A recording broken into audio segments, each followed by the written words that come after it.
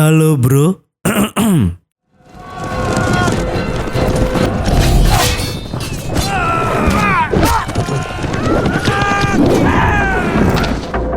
Kembali lagi bersama saya Genu dan selamat datang di Jam Film. Karena ini akan menjadi video yang panjang, maka kita ngopi dulu. Baiklah bro, kalian pasti sudah tidak asing lagi kan dengan yang namanya Genghis Khan. Sosok yang dikenal sebagai penakluk terbesar dalam sejarah dunia. Hitler mah lewat bos.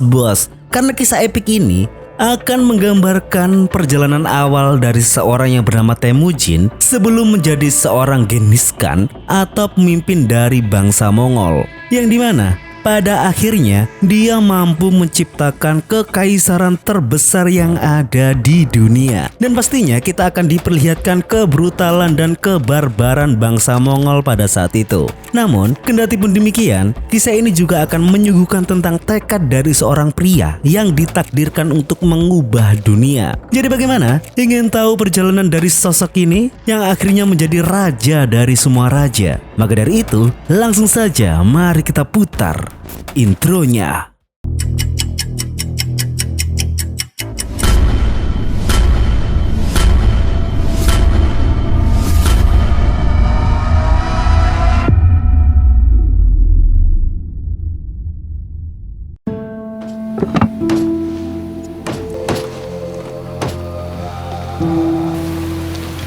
Kisah ini dibuka di tahun 1192 Masehi, tahun tikus hitam. Itu adalah wilayah provinsi barat laut Tiongkok yang pada masa itu wilayah tersebut dikuasai oleh dinasti Xian. Di lingkungan kerajaan terdapat sebuah penjara tunggal yang dimana di dalam sana mengurung satu manusia.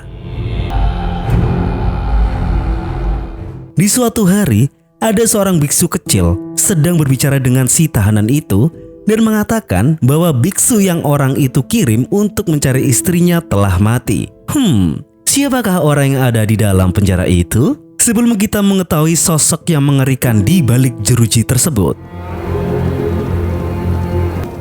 kita dibawa dulu ke 20 tahun sebelumnya, tepatnya pada tahun 1172. Oke, dulu suku Mongol masing-masing dipimpin oleh seorang yang disebut dengan Khan. Persaingan antar suku-suku membawa sebuah nafsu untuk melebarkan kekuasaan mereka, sehingga menyebabkan banyak perselisihan, pertempuran, dan juga kematian. Tidak ada hukum yang tertulis di bangsa Mongol, sehingga para suku-suku bangsa Mongol sangat membutuhkan sosok Khan agung yang kuat untuk dijadikan pemimpin.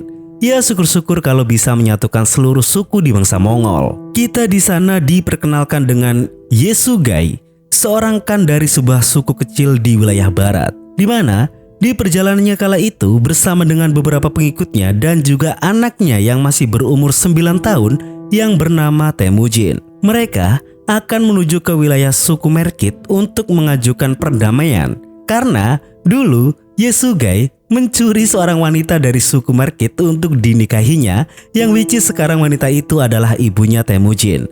Dan sekaligus Yesugei berniat untuk mencarikan istri untuk Temujin dari anak-anak gadis dari suku Merkit, yang artinya itu adalah bentuk tawaran untuk beraliansi lah ya. Dan sebelum sampai ke Merkit, di tengah perjalanan Yesugei akan ngetem satu malam terlebih dahulu di wilayah suku sahabatnya yang bernama Daisachen.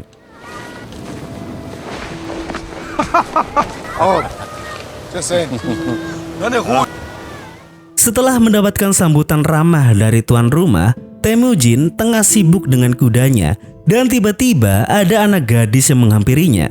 Gadis itu bernama Borte, dan gadis itu dengan pedenya berkata kepada Temujin, daripada jauh-jauh menuju ke wilayah suku Merkit, mending Temujin memilih dia saja untuk dijadikan istri. Dan di malam harinya, kebiasaan bangsa Mongol adalah suka nongki dan dem-deman ya.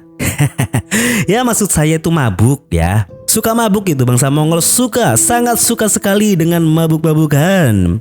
Dan di malam itu, Yesugei dengan keadaan mabuknya mengajak salah satu anak buahnya yang bernama Targutai untuk adu kekuatan.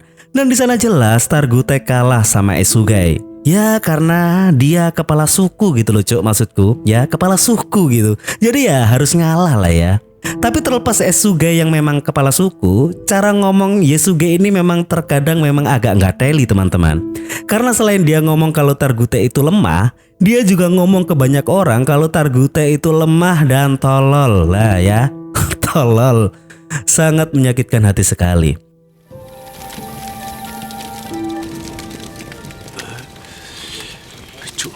Lalu di tengah malamnya, Temujin berkata kepada ayahnya bahwa dia sudah menemukan gadis pilihannya untuk dijadikan istri. Di sana, Yasuge enggan untuk mengiyakan pilihan anaknya itu karena lebih baik mencari istri dari suku-suku yang kuat saja. Namun nyatanya, Temujin cukup keras kepala atas keputusannya itu. Sehingga tanpa ada pilihan, Yasuge pun menyetujui permintaan anaknya itu. Sehingga di keesokan harinya, Temujin siap untuk memilih istri dari barisan para gadis-gadis yang berbaris rapi di depannya.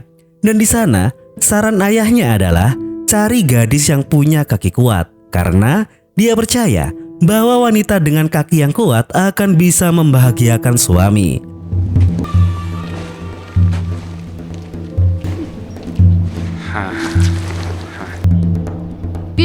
Dan pada akhirnya, di antara barisan gadis tersebut, Temujin memilih satu gadis dan gadis itu adalah Borte.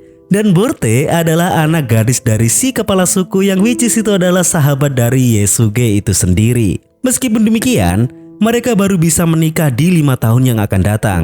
Yang artinya itu harus menunggu Temujin kurang lebih umur 14 tahun dulu. Dan sebelum berpisah untuk bertemu kembali, Temujin memberikan sebagar putulang kecil untuk Borte guna dijadikan kenang-kenangan sembari menunggu dia datang kembali untuk menikahi Borte. Dan mereka pun berpisah.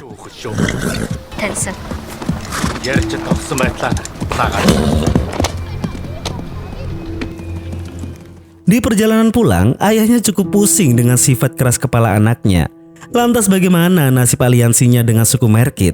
Entahlah, namun satu hal yang pasti, dari apa yang sudah dilakukan oleh anaknya, Yasuge pun akhirnya membenarkan bahwa memang semestinya seorang pria itu harus bisa memilih apa yang sudah menjadi keputusannya secara mandiri. Lalu di tengah jalan, mereka kembali bermalam dan berteduh. Dan atas hal tersebut, kita baru mendapatkan satu fakta yang unik. Terlepas dari bangsa Mongol yang terkenal dengan jiwa barbarnya, mereka ternyata sangat takut dengan yang namanya halilintar. Jadi kalau mereka bertemu sama Atta, langsung sujud cok mereka. Enggak ya, sama Torik. Mereka itu sangat takut dengan yang namanya petir. Dan itu dijelaskan oleh Yasuge sendiri bahwa ketika petir menyambar, bangsa Mongol mempercayai bahwa saat itu dewa mereka yaitu Dewa Tenggri tengah marah. Itulah yang menyebabkan bangsa Mongol sangat takut dengan petir-petir yang menyambar itu. Di keesokan harinya, mereka kembali melanjutkan perjalanan. Dan ketika mereka ingin beristirahat sejenak di rest area tersebut, ada beberapa gerombolan dari suku rival mereka. Yasuge tidak ingin mengotori tempat peristirahatan umum dengan pertumpahan darah, sehingga tidak terjadi bentrok apapun di antara mereka. Namun, ketika mereka tengah makan siang, mereka didatangi oleh utusan dari suku rival mereka yang tengah membawa semangkok susu. Yasuge mengasumsikan bahwa itu adalah bentuk dari perdamaian. Sehingga Yasuge pun bertukar minum dengan si suku rival itu. Sebelumnya, Targute sempat mengingatkan bahwa jangan gampang percaya dengan musuh. Namun apa daya, Yasuge sudah meminumnya sampai habis. Begitupun juga dengan kan dari suku musuhnya. Ketika mereka melanjutkan perjalanan, Yasuge merasa ada yang aneh dengan tubuhnya. Dan meskipun dia sangat keras kepala, pada akhirnya dia terjatuh dari kudanya. Dan jelas itu gara-gara dia telah diracuni oleh musuhnya waktu pertukaran minuman tadi. Namun, yang membuat saya tidak menyangka adalah Targute justru tertawa melihatkannya sekarat.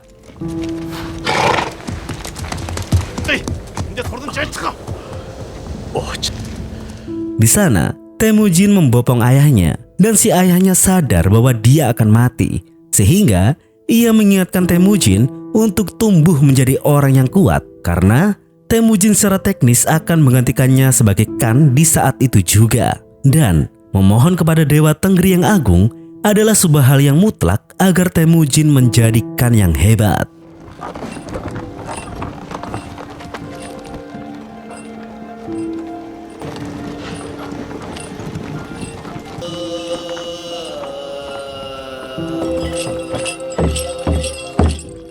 Setelah pemakaman sang ayah, Temujin bersama dengan ibunya yaitu Olun dan juga adik-adiknya kembali ke rumah. Namun sesampainya di sana, tanpa disangka Targutai merampas semua hewan ternak, kuda, dan juga barang-barang yang ada di suku mereka. Jelas, di sana Targutai melakukan pengkhianatan dan menginginkan dirinya sendiri untuk menjadi seorang Khan. Olun di sana sangat marah dengan Targutai dan menyumpah dirinya bahwa suatu saat nanti Temujin akan membunuhnya. Mendengar hal tersebut, Targutai pun marah dan mungkin hal itu bisa saja terjadi. Sehingga dia pun langsung menangkap Temujin di detik itu juga. Namun, meskipun dia bajingan, dia masih setia dengan adat bangsa Mongol, yaitu tidak membunuh anak di bawah umur. Sehingga dengan sumpahnya, dia akan datang kembali di musim dingin untuk membunuh Temujin.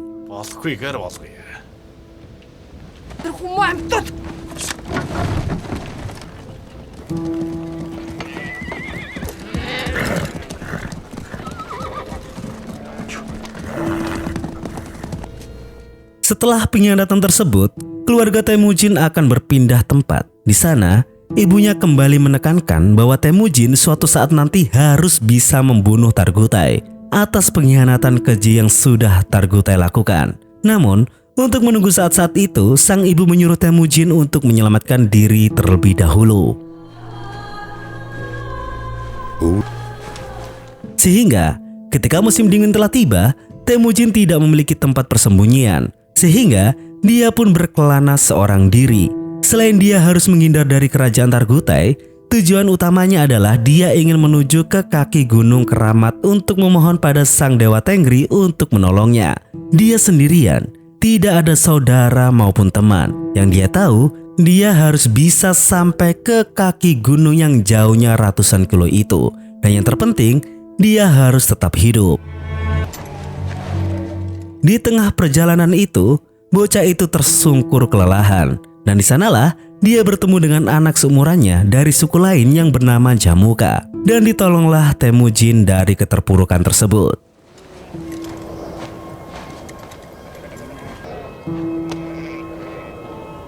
Di malam harinya, Temujin menginap di suku tersebut. Dia sangat berterima kasih dengan Jamuka dan dia menawari Jamuka untuk menjalin ikatan persaudaraan dengan meminum satu mangkok susu yang dicampur dengan darah dari mereka berdua.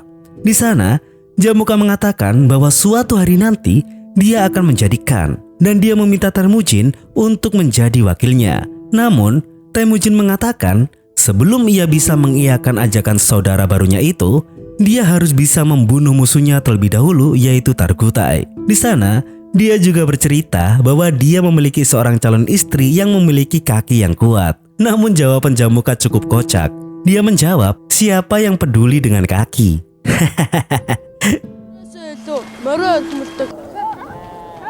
Di keesokan harinya, sungguh sangat apes. Ketika Temujin sedang mengembala dengan Jamuka, dia kembali ditemukan oleh gerombolan Targutai.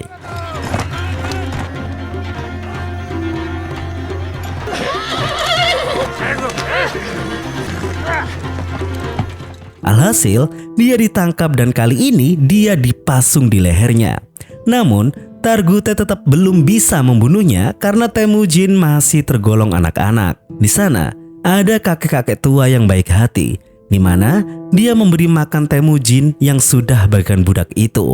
Lalu, datanglah Jamuka yang memberi kabar bahwa Temujin tidak perlu khawatir karena keluarganya masih selamat. Di sana, Temujin meminta tolong kepada Jamuka untuk menemui calon istrinya yaitu Borte untuk bersedia menunggunya sedikit lama. Kita di sini bisa saksikan bersama teman-teman bagaimana nasib Temujin ini. Dari umurnya yang masih bocah itu, dia sudah harus mendapatkan cobaan yang begitu sangat berat. Dan beberapa hari kemudian, Targutai kembali untuk mengukur tinggi badan Temujin yang nyatanya masih di bawah standar untuk ia bunuh. Sehingga dia kembali menitipkan Temujin kepada si kakek tua itu untuk diberi makan yang banyak agar cepat besar. agar kedatangannya kembali nanti Temujin sudah ideal untuk dia cincang. Hal tersebut dibarengi dengan suara halilintar yang menggelegar di langit-langit, membuat si kakek tua itu memikirkan sebuah hal.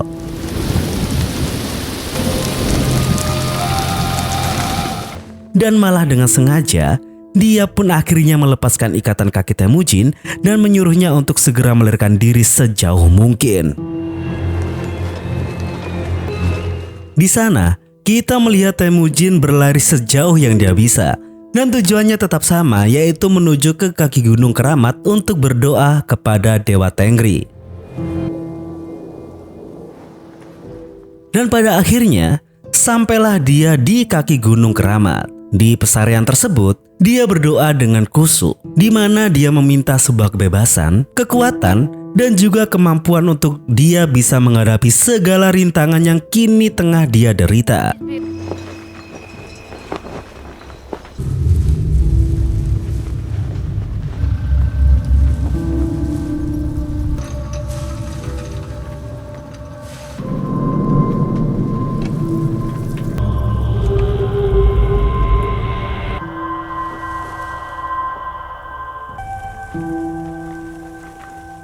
Lalu dari semenjak Temujin yang berdoa dengan sang dewa di umurnya yang masih 9 tahunan, kita langsung dibawa ke 14 tahun kemudian, yang artinya Temujin kini sudah berusia 23 tahun. Dia tengah berjalan sendirian, ya mungkin niatnya untuk berburu, namun yang ada dia malah yang diburu. Dan kembali lagi, gerombolan Targutai menemukannya dan segera menangkapnya. Dia pun berlari sekuat yang dia bisa. Namun pada akhirnya tetap sama, dia tertangkap kembali oleh Targutai.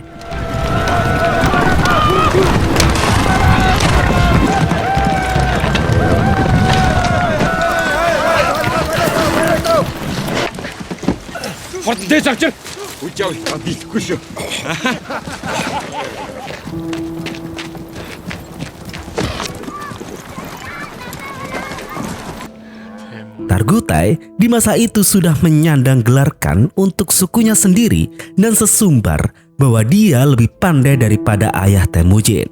Namun yang ada, Temujin malah menertawakan omong kosong tersebut, yang pada akhirnya Targutai semakin marah. Yang awalnya dia ingin membunuh Temujin hanya dengan sekali tebas, dia ganti berencana untuk membunuh Temujin dengan cara yang pelan-pelan, menyiksa Temujin hingga puas sampai Temujin mati.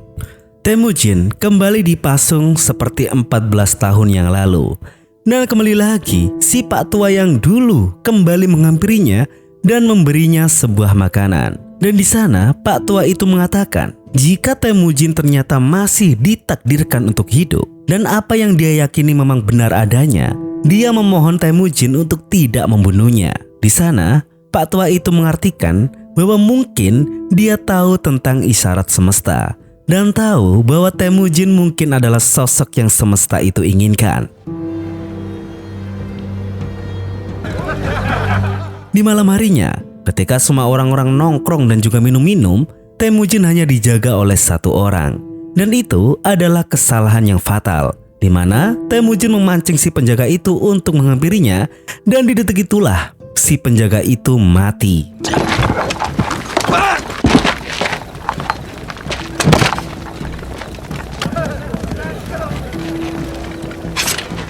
Dengan memanfaatkan keadaan tersebut, Temujin pun segera melarikan diri dari tempat itu. Di keesokan harinya, Temujin bertemu dengan seseorang dan tanpa disangka orang tersebut justru malah menolongnya untuk melepaskan pasung tersebut.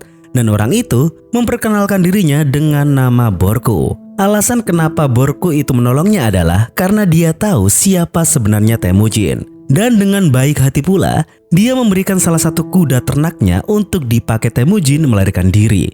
Jelaslah Temujin berterima kasih dan tidak akan melupakan pertolongan Borku. Temujin pun sekejap melesat jauh dan akan mengunjungi ke sebuah tempat. Dan dia menuju ke sebuah camp suku. Dan itu adalah tempat di mana calon istrinya berada, yaitu Borte. Di sana, dia bertemu dengan Daisachen, yaitu sahabat almarhum ayahnya serta orang tua dari Borte yang which is dia adalah mertuanya Temujin ya.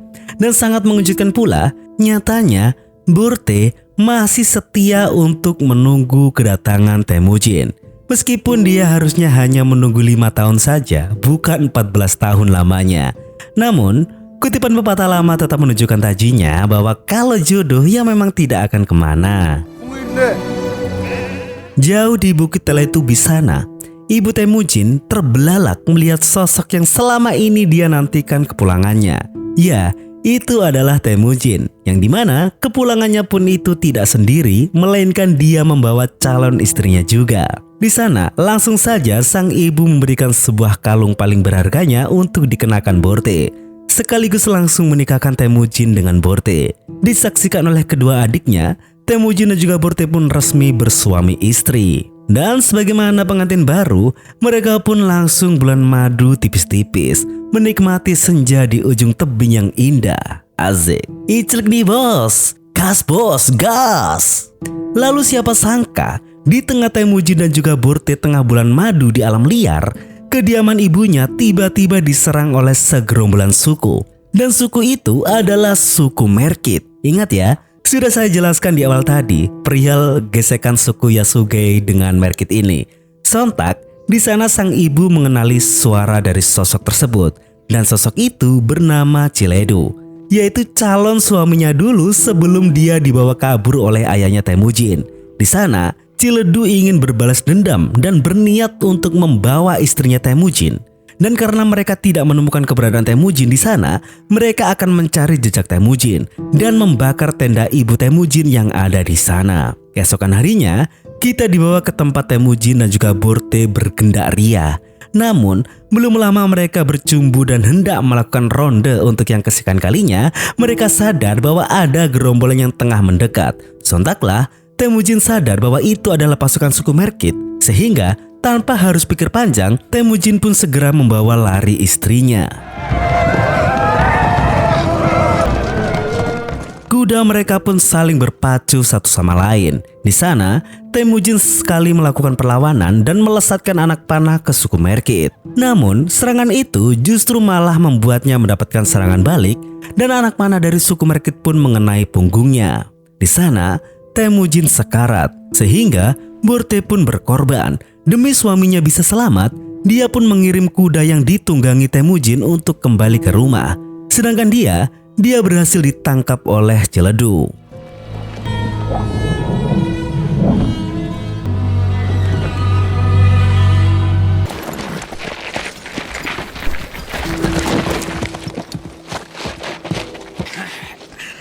Seperti yang diharapkan oleh Borte, kuda itu pun pulang dengan membawa Temujin yang sekarat.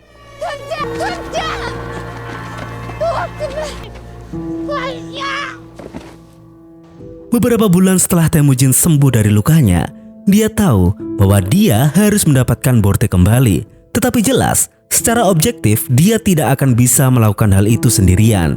Dengan begitu, dia pergi ke tempat saudara darahnya dulu, yaitu siapa lagi kalau bukan Jamuka. Jamuka kini telah menjadi seorang Khan dari sebuah suku yang kuat. Dan setelah berdiskusi panjang, sebenarnya Jamuka sangat enggan untuk berperang hanya demi wanita. Karena hal tersebut sangat tidak lazim dilakukan oleh bangsa Mongol. Tapi, karena yang memintanya adalah Temujin, dia pun bersedia membantu. Namun dengan satu catatan, operasi penyerangan itu hanya bisa dilakukan di tahun depan. Setahun berlalu dengan sekejap, dan akhirnya Temujin dan pasukan suku Jamuka pun berangkat untuk menyerang pasukan Merkit. Dan mari kita saksikan perang suku yang penuh dengan pembantaian ini, teman-teman.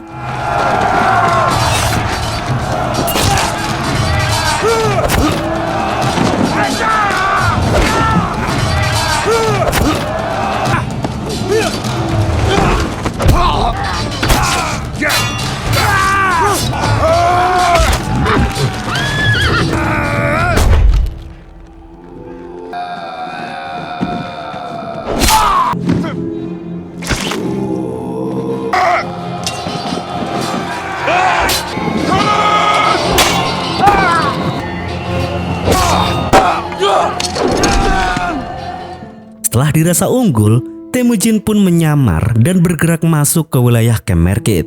dan dia juga harus melawan beberapa penjaga yang stay di sana.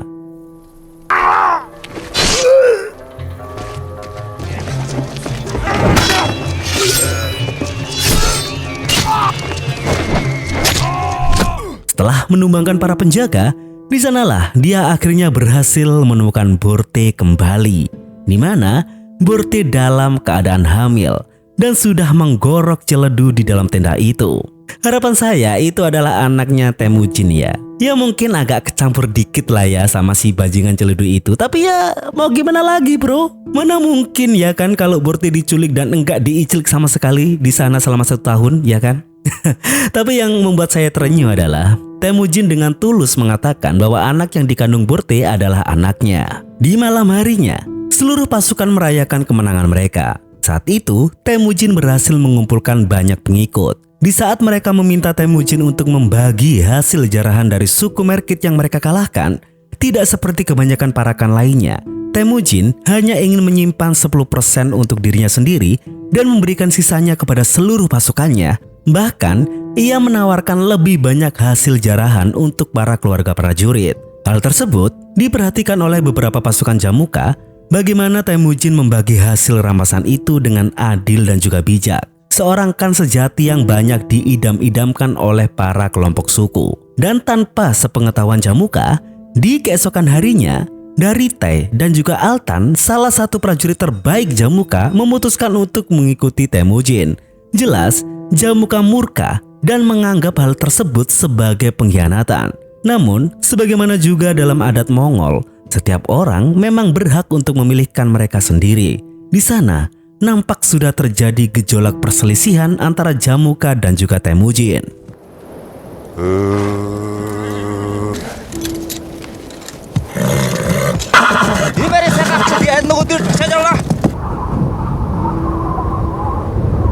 Beberapa hari kemudian, tepat di mana camp Temujin berada, Altan dan juga Darite yang sebagai penjaga mengetahui bahwa ada pencuri yang membawa kuda-kuda Temujin. Sehingga mereka pun langsung mengajak beberapa bantuan dan langsung dikejarlah pencuri tersebut. Dan tanpa disangka, dari kedua pencuri itu, salah satu dari mereka pun berhasil dipanah oleh Darite dan langsung tumbang di detik itu juga. Setelah itu, mereka pun melaporkan kejadian itu kepada Temujin. Dengan muka yang muram, mereka menceritakan seluruh kronologinya dan mengatakan bahwa mereka membunuh salah satu dari pencuri tersebut. Tapi, yang menjadi masalah adalah pencuri yang mereka bunuh adalah adik dari Jamuka, yaitu Taichar. Di sana Darite yang sebagai sosok yang memanah dan demi tidak berkorbannya api peperangan, dia dengan tulus menyarankan Temujin untuk memenggal kepalanya untuk dikirim ke Jamuka. Namun, di dalam kebingungan Temujin itu, Borte menyarankan agar Temujin tidak menyerahkan Darite ke Jamuka. Karena Darite sudah melakukan tugasnya sebagai seorang penjaga dengan baik. Apa kata orang jika Temujin malah menyerahkan anak buahnya yang sudah bertugas dengan baik itu? Lalu, beberapa bulan pasca kejadian tersebut, Targutai dengan 2 kelompoknya mengunjungi suku milik Jamuka, di mana Targutai menawarkan bantuan ke Jamuka untuk bisa menghabisi Temujin. Namun, di sana Jamuka tertawa dan sudah tahu maksud dari Targutai yang sebenarnya, yang dimana Targutai seolah sok-sokan menawarkan bantuan kepada Jamuka, yang sebenarnya Targutai lah yang takut dan tidak mampu untuk melawan Temujin sendirian. Sehingga di sana Jamuka tidak bersedia jika penyerangan itu berbasis aliansi. Yang dia mau adalah Targutai harus berada di bawah kakinya.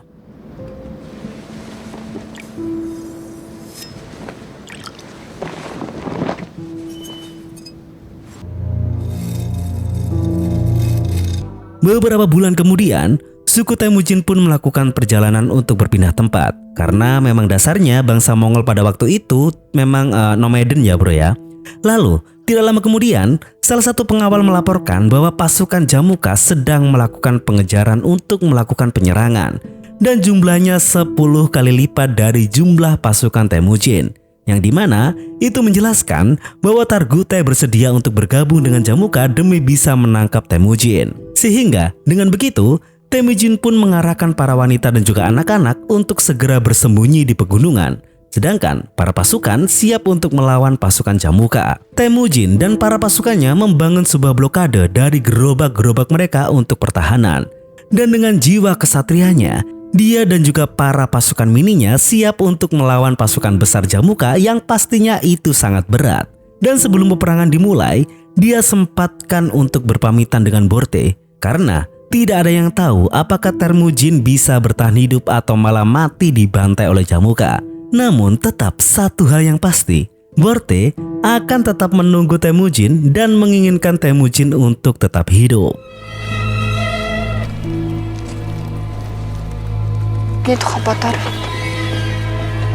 Dan bertemulah dua suku yang akan berperang itu. Di sana, Temujin dan juga para pasukannya sudah siap untuk menerima hal terburuk dalam hidup mereka. Di sana, Jamuka sudah benar-benar melupakan saudara darah antara dirinya dan juga Temujin. Sehingga, tanpa harus menunggu lama lagi, Jamuka memberikan perintah untuk pasukannya segera menyerbu barisan Temujin.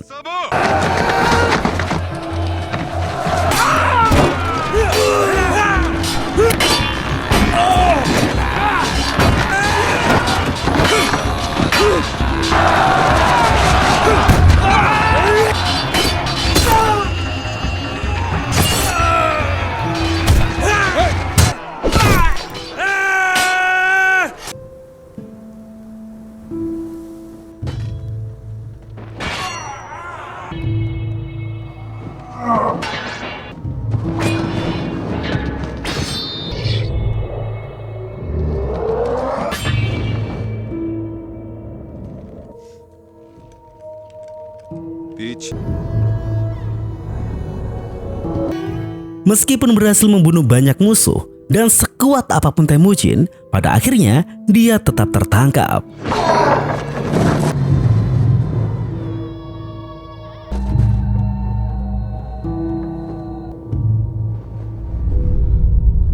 Kemenangan mutlak yang diraih oleh Jamuka. Di sana, niat hati Targutai ingin meminta Temujin dari Jamuka. Namun, Jamuka sekali lagi menekankan di tempatnya semuanya adalah miliknya. Tidak ada yang boleh mengambil. Dan jika Targutai sadar, dia juga sudah menjadi milik Jamuka. Di sana, Jamuka masih menyuruh Temujin untuk memohon ampunannya. Ia tidak ingin membunuh seseorang yang secara teknis masih dia banggakan. Namun, Temujin enggan untuk menuruti permintaan Jamuka. Dan dia lebih baik memilih untuk mati. Sehingga, sebagai gantinya, Jamuka menjadikan Temujin sebagai budaknya.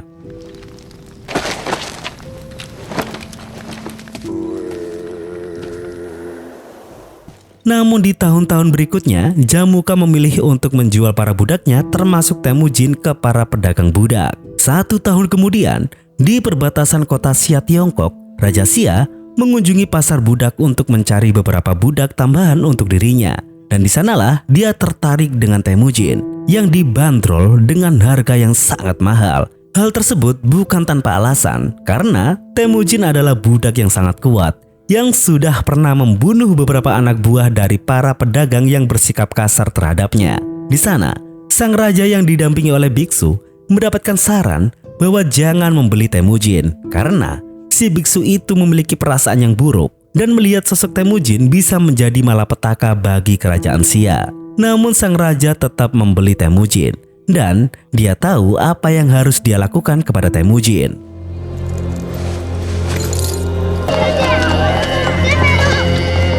Dan nyatanya benar adanya. Di lingkungan istana, Temujin ditempatkan di dalam sebuah penjara tunggal, di mana sisa hidupnya akan dihabiskan di sana layaknya sebuah hewan yang hina. Bahkan dia sering dijadikan bahan tontonan bagi para warga setempat yang melewati penjaranya. Persis seperti yang kita lihat di scene pertama ya. Pada suatu hari, biksu yang dulu menemani sang raja ketika membeli Temujin menghampirinya. Dan tanpa disangka si biksu tua itu meminta maaf kepada Temujin. Nampaknya biksu itu tahu siapa sebenarnya Temujin lewat pandangan langitnya. Dia memohon kepada Temujin, jika hari kehancuran itu benar-benar tiba, si biksu itu meminta Temujin untuk tidak menghancurkan bangunan biara-biara Buddha yang ada di istana. Sehingga sebagai gantinya, Temujin mengutus biksu itu untuk menuju ke pasar budak untuk mencari pedagang budak dan meminta para pedagang itu untuk mengantarnya ke negara Mongol dan menuju ke suku Temujin guna untuk mengantarkan garpu tulang yang dia bawa kepada istrinya yaitu Borte. Berangkatlah si biksu tua itu ke pasar budak dan mencari bantuan kepada salah satu pedagang budak yang ada di sana. Namun sayangnya, pedagang budak itu tidak berani untuk singgah ke negeri Mongol dikarenakan di sana sangat rawan akan pembegalan dan juga perampokan. Dan di antara sesama pedagang budak yang ada di pasar tersebut, hanya pedagang yang beranting emas lah yang biasanya keluar masuk negara Mongol. Tapi perlu diketahui bahwa sosok tersebut juga perampok. Dan tidak ada yang tahu kapan sosok itu akan datang ataupun pergi. Sehingga secara teknis tidak ada yang bisa menolong Pak Biksu tua itu. Tidak ada cara lain, si biksu tua itu pun nekat untuk berangkat sendiri untuk menuju ke negara Mongol. Dan perjalanan yang berat pun harus beliau lalui.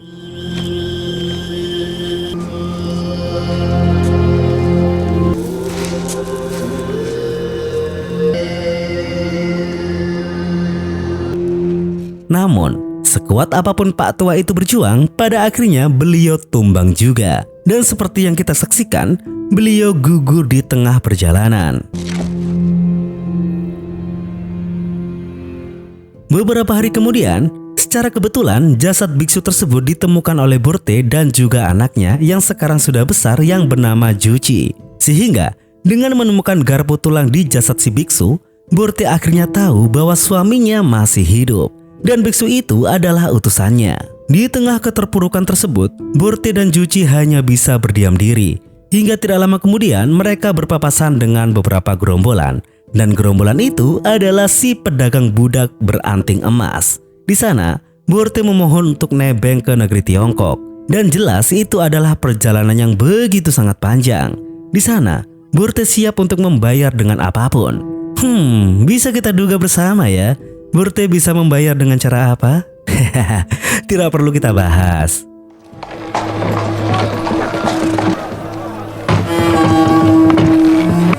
Bertahun-tahun kemudian, tidak dijelaskan berapa lama Borte dengan si pedagang itu.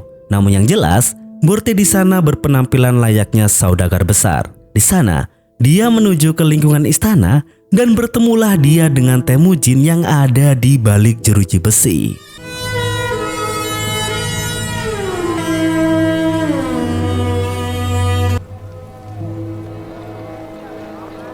Lalu, di malam harinya, Borte kembali ke sana dan nyatanya dia sudah menyuap para penjaga untuk bisa melepaskan Temujin. Dan operasi pembebasan Temujin pun dimulai.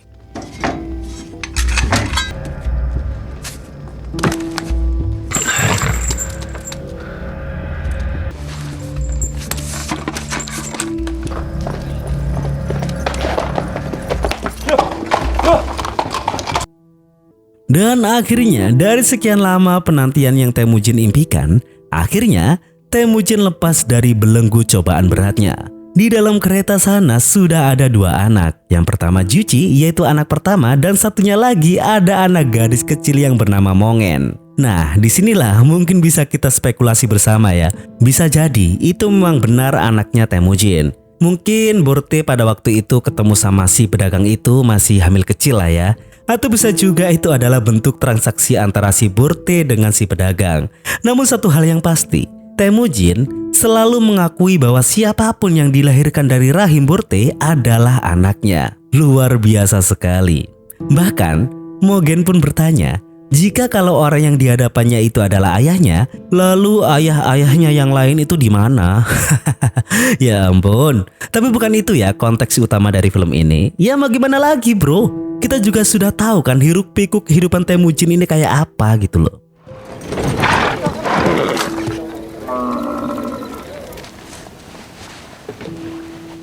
Sampailah mereka di kediaman yang Borte miliki. Dan di malam itu langsung saja dirayakan dengan Temujin menancapkan gasnya di kasur nyaman itu yang dihiasi oleh cahaya-cahaya lilin yang remang-remang.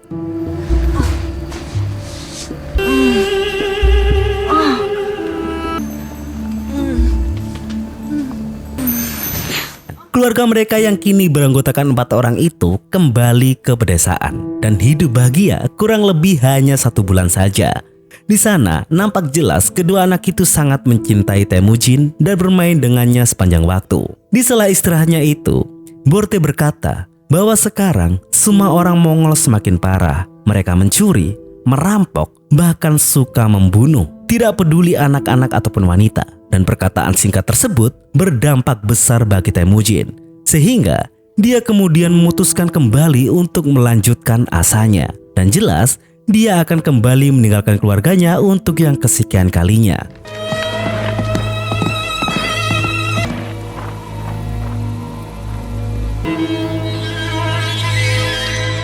Semua itu hanya demi untuk menyatukan seluruh suku di Mongol dan menciptakan sebuah hukum atau aturan yang mengatur bangsa Mongol itu sendiri. Dia berdoa kembali di tempat pesarian Dewa Tengri. Dia sudah siap untuk benar-benar bisa menyatukan seluruh bangsa Mongol, meskipun dia harus membunuh setengah dari mereka untuk mencapainya. 3 aturan dasar yang harus bangsa Mongol miliki. Yang pertama, jangan pernah membunuh wanita dan juga anak-anak. Yang kedua, jika berperang, lawan musuh hingga titik darah penghabisan. Dan yang ketiga, jangan pernah mengkhianati seorang kan yang mereka ikuti. Tahun 1196, seperti yang sudah dia perjuangkan, Temujin akhirnya berhasil mengumpulkan pasukan besar dan menyatukan banyak suku, yang dimana dia berhasil membuat sebuah kekuatan yang besar. Namun, satu-satunya halangan yang tersisa dalam perjalanannya untuk menuju kekuasaan yang mutlak adalah hanya satu, yaitu Jamuka yang juga memiliki pasukannya sendiri. Dan hari itu, kedua saudara darah tersebut sudah berdiri di medan perang bersama dengan pasukannya masing-masing untuk pertarungan terakhir mereka. Secara teknis, jumlah pasukan Temujin masih kalah jumlah. Namun, Temujin sudah menyiapkan strategi khusus untuk pertempurannya itu. Lalu, Temujin mengirimkan sebuah pesan kepada Jamuka dengan sebuah lesatan anak panah yang mendarat persis di depan posisi Jamuka. Sehingga, dengan begitu, Jamuka langsung menurunkan garda pertamanya untuk melakukan serangan.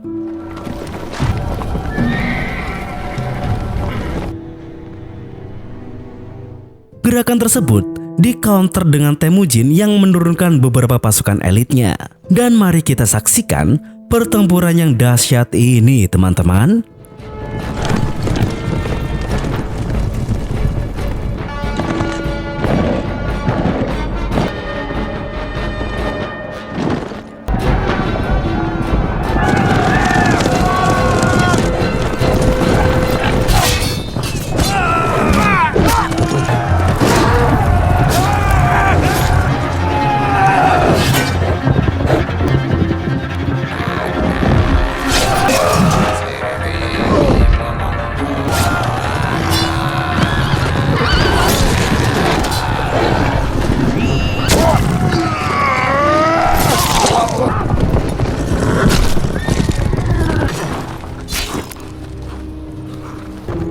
Counter tersebut cukup berhasil, meskipun separuh dari pasukan elitnya harus tumbang.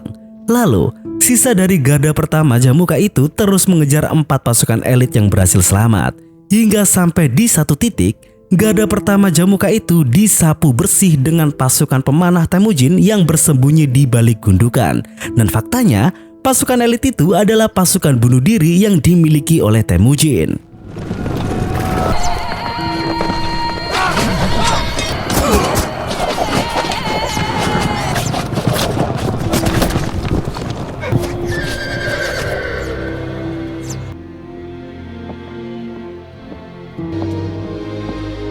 Jamuka semakin emosi dengan hal tersebut, sehingga tanpa basa-basi dia menurunkan seluruh armadanya untuk menyerbu pasukan Temujin. Perang akbar tersebut dibarengi dengan datangnya langit yang mulai menghitam dan suara-suara halilintar yang menggelegar.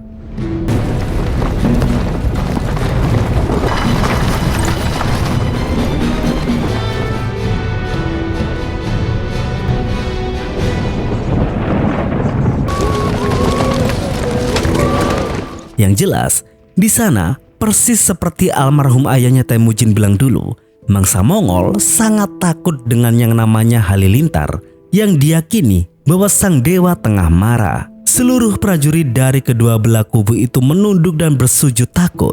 Dan satu-satunya manusia yang berdiri di medan perang itu hanyalah Temujin seorang. Semua bangsa Mongol menyaksikannya. Dan Temujin hanya dengan satu kali acungan pedang ke arah langit, seluruh pasukannya kembali berdiri dan menyerbu pasukan Jamuka yang tengah lari terbirit-birit itu. Dan pada akhirnya Temujin berhasil memenangkan pertempuran dengan singkat, padat, dan juga cepat.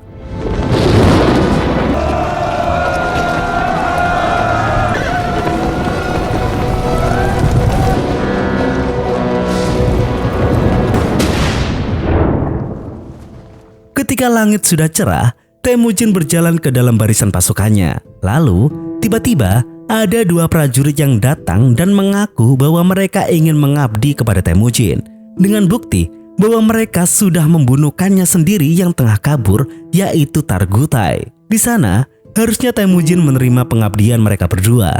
Namun ingat dengan peraturan ketiga bangsa Mongol, jangan pernah mengkhianatikanmu sendiri dengan membunuhnya, apapun yang terjadi.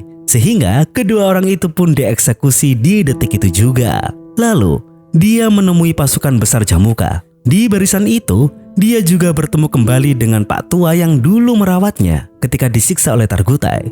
Jelaslah hal itu akan dibalas sebaik-baiknya oleh Temujin.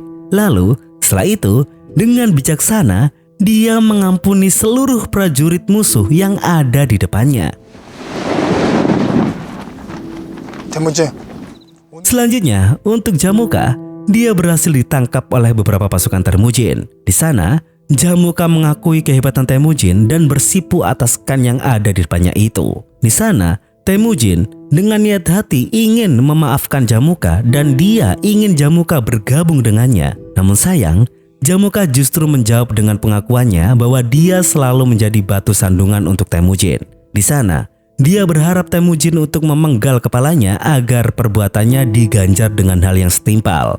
Namun di sana, pada keputusan terakhir yang dipilih Temujin adalah dia memilih untuk melepaskan Jamuka dan menyuruhnya untuk pergi.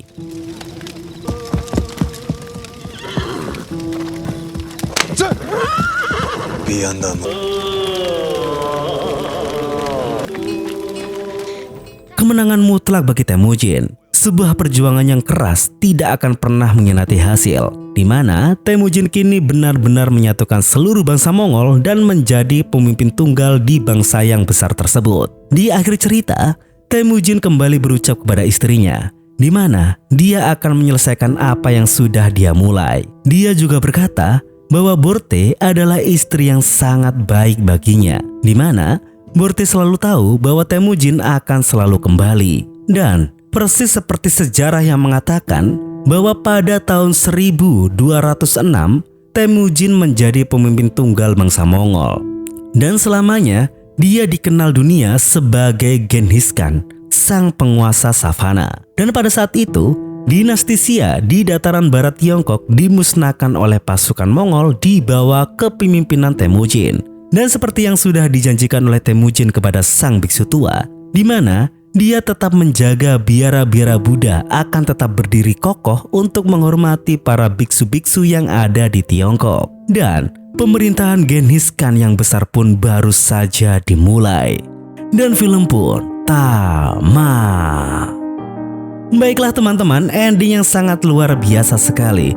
Dan seperti yang tertulis dalam sejarah aslinya, Genghis Khan pada akhirnya menaklukkan beberapa kerajaan dan juga dinasti besar yang ada di sekitar wilayah negara Mongol. Antara lain yaitu Xia Barat, yaitu di Tiongkok, lalu setelah itu lanjut ke dinasti Jin di Tiongkok Utara, dan juga kekaisaran Khwarezmian pada tahun 1219 yang mencakup wilayah Transoxian dan juga Khorasan, yang sekarang itu menjadi bagian dari negara Iran, Turkmenistan, Uzbekistan, dan juga Kazakhstan. Selain itu, pasukan Mongol di bawah kepemimpinan jenderal-jenderalnya juga telah melakukan ekspansi ke wilayah lain termasuk hingga ke Asia Tengah dan melakukan ekspedisi yang mencapai Georgia dan Kievan Rus. Dan setelah kematian Genghis Khan pada tahun 1227, penerusnya melanjutkan ekspansi dan memperluas hingga mencakup sebagian besar Tiongkok, Eropa Timur, dan Timur Tengah, yang pada akhirnya menjadikan salah satu kekaisaran terbesar dalam sejarah dunia. Baiklah teman-teman, cukup sekian dari saya Genu, mewakili Jam Film pamit undur diri dan sampai jumpa di video selanjutnya.